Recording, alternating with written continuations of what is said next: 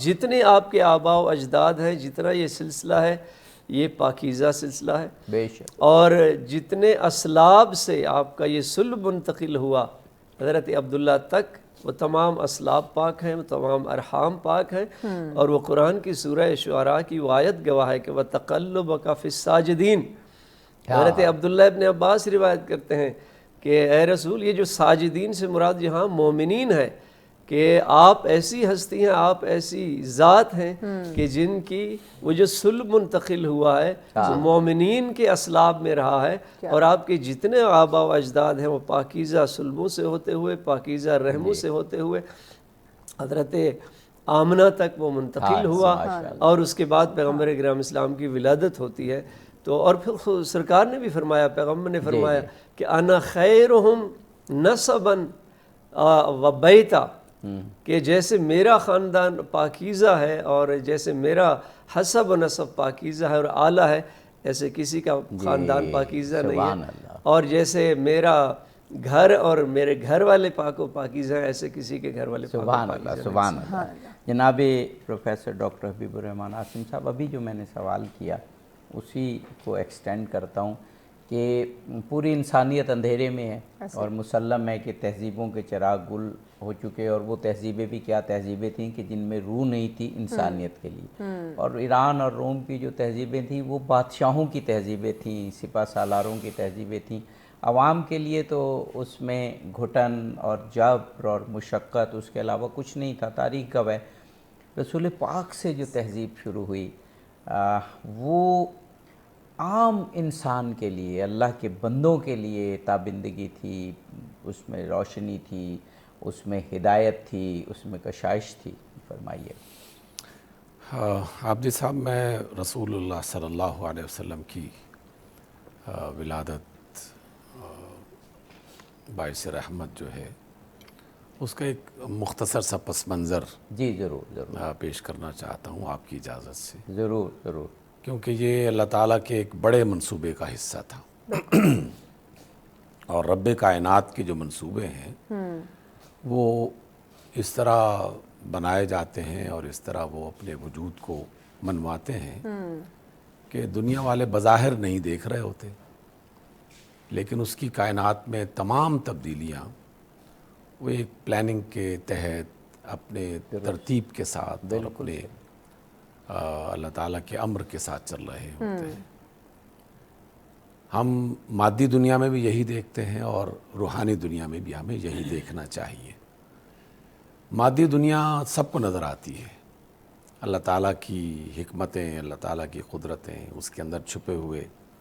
وہ اللہ کے راز جو ہیں وہ مختلف صدیوں میں ظاہر ہوتے رہتے ہیں۔ پہلی بات اس میں یہ ہے کہ اللہ رب العزت نے اس دھرتی کو، اس پوری کائنات کی دھرتی کو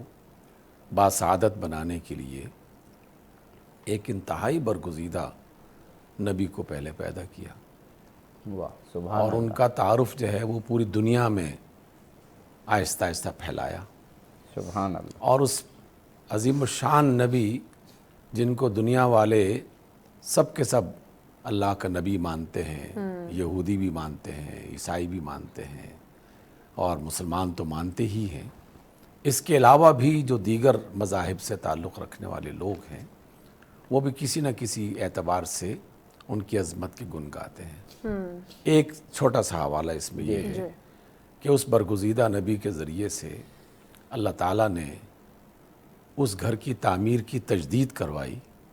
جس گھر کی بنیاد آدم علیہ السلام نے رکھی تھی۔ سبحان اللہ، بے شک بے شک، یہ تجدید عمارت نہیں تھی، در حقیقت اس عمارت کا مقصد اس کو ایک نئے سرے سے ظاہر کرنا تھا۔ عمارت مکمل ہوئی، ابراہیم دعا کرتے ہیں کہ اللہ اس بستی کے رہنے والوں کی طرف ایک ایسا رسول بھیج واہ سبحان جو تیری آیات پڑھ کے سنائے، انہیں حکمت سکھائے، ان کے کردار کو بہتر بنائے، ان کا تزکیہ اس کرے۔ دعا کی تشریح کے لیے اور جو آگے واقعہ آپ نے خوبصورت بیان کرنا ہے، وقفے کے بعد ہم انشاءاللہ گفتگو کو یہیں سے متصل کریں گے۔ یقیناً بہت ہی خوبصورت گفتگو کا آغاز ہو چکا ہے ناظرین، اس سلسلے کو ہم آگے بڑھائیں گے لیکن ایک بریک کے بعد ساتھ رہیے گا۔ ویلکم بیک ناظرین، آپ دیکھ رہے ہیں سچ سویرا اسپیشل ٹرانسمیشن اشرار رحمت للعالمین صلی اللہ علیہ وسلم۔ آمد مصطفیٰ صلی اللہ علیہ وسلم ہے تو آپ کے ولادت باسعادت کا تذکرہ ہو رہا ہے۔ جی آپ جی، اللہ تعالیٰ نے اپنی مخلوق کو فطرت پر پیدا کیا، حق کی فطرت پر پیدا کیا، لیکن پھر ایسے ہی نہیں چھوڑ دیا، ہدایت کے لیے پیغمبر بھیجے، انبیاء بھیجے، اور ختمی مرتبہ ایسی شخصیت پھر انسانی ہدایت کے لیے بھیجی۔ اس کا پس منظر پروفیسر ڈاکٹر حبیب الرحمان عاصم صاحب بیان فرما رہے تھے۔ میں یہ ذکر کر رہا تھا کہ اس برگزیدہ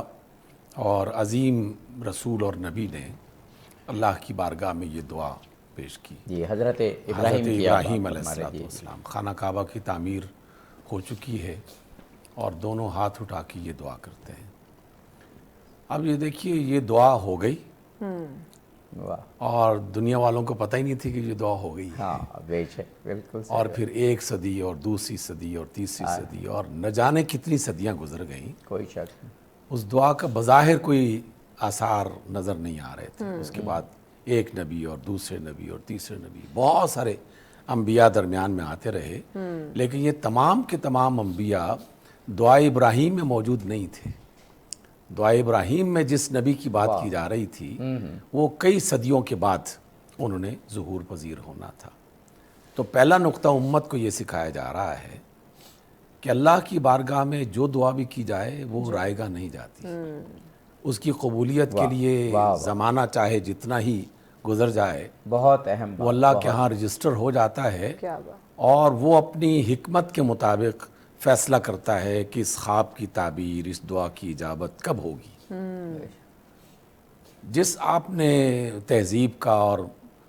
حالات کا ذکر کیا، آج کی امت کو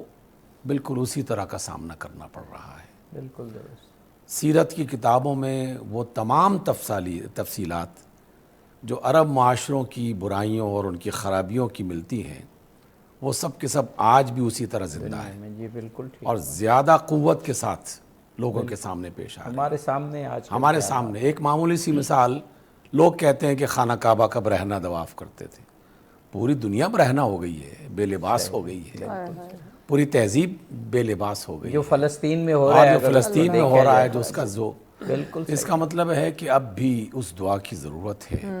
جو دعا ابراہیم کی شکل میں اللہ تعالیٰ کے حضور پیش کی گئی، اور اس امید پر وہ دعا ہونی چاہیے کہ اللہ تعالیٰ رسالت مآب صلی اللہ علیہ وسلم اپنے تمام تر تابناکیوں کے ساتھ موجود ہے، لیکن امت ابھی وہ روشن دن نہیں دیکھ رہی کہ جس کی ضرورت ہے۔ پہلی بات تو یہ ہے۔ دوسری بات یہ ہے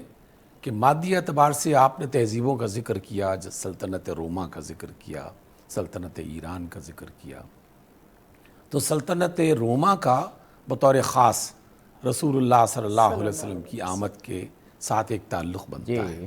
ایک رشتہ بنتا ہے، قدم بقدم وہ آگے بڑھتا ہے۔ دنیا کی بڑی تہذیبوں کا ہمیشہ سے یہ طریقہ رہا ہے، یہ چلن رہا ہے کہ جہاں کوئی اچھی چیز دیکھی اس پر قبضہ کر لیتے ہیں، زمین ہو، انسان ہو، سونا چاندی ہو، دیگر ذرائع وسائل ہوں، یہ بھی آج ہم ان دیکھ پر رہے ہیں، قبضہ کرتے ہیں، ہم یہ دیکھ رہے ہیں، صحیح، اور ہر اعتبار سے، ہر وسیلے سے وہ اس کو قابو کرنے کی کوشش کرتے ہیں۔ عرب کا پورا علاقہ وہ ابھی تک کسی بڑی سلطنت کے قابو میں نہیں آیا تھا، اور سلطنت روما کے رہنے والوں نے، ان کے بادشاہوں نے اور علماء نے یہ خواب دیکھنا شروع کیا کہ یہ جو